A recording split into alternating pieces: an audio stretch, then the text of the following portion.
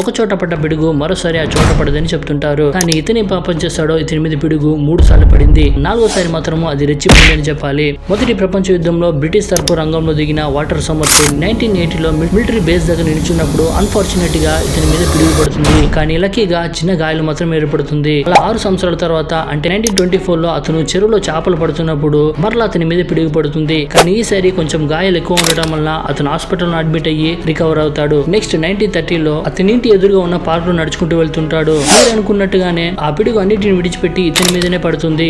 కానీ ఈసారి ఆ ఎఫెక్ట్ అనేది భారీగా ఉండటం వలన అతను హాస్పిటల్ అడ్మిట్ అవుతాడు. కానీ అతని కండిషన్ అనేది చాలా క్రిటికల్ అయ్యి 1932లో చనిపోతాడు. ఆ తర్వాత జరిగిందే హైలైట్ అనే విషయము. వాళ్ళ ఫ్యామిలీ మెంబర్స్ అతను తీసుకుని వెళ్లి పాతి పెట్టి సమాధి కట్టేస్తారు. అయినా కానీ ఆ పిడుగు అతన్ని విడిచిపెట్టకుండా 1936లో అతని సమాధి మీద పడుతుంది. ఈ యొక్క పిడుగుల వీరుడు గురించి మీకు థాట్స్ కామెంట్ లో చెప్పండి. ఇలాంటి మరిన్ని ఇంట్రెస్టింగ్ వీడియోస్ కోసం ఛానల్ తప్పకుండా సబ్స్క్రైబ్ చేసుకోండి.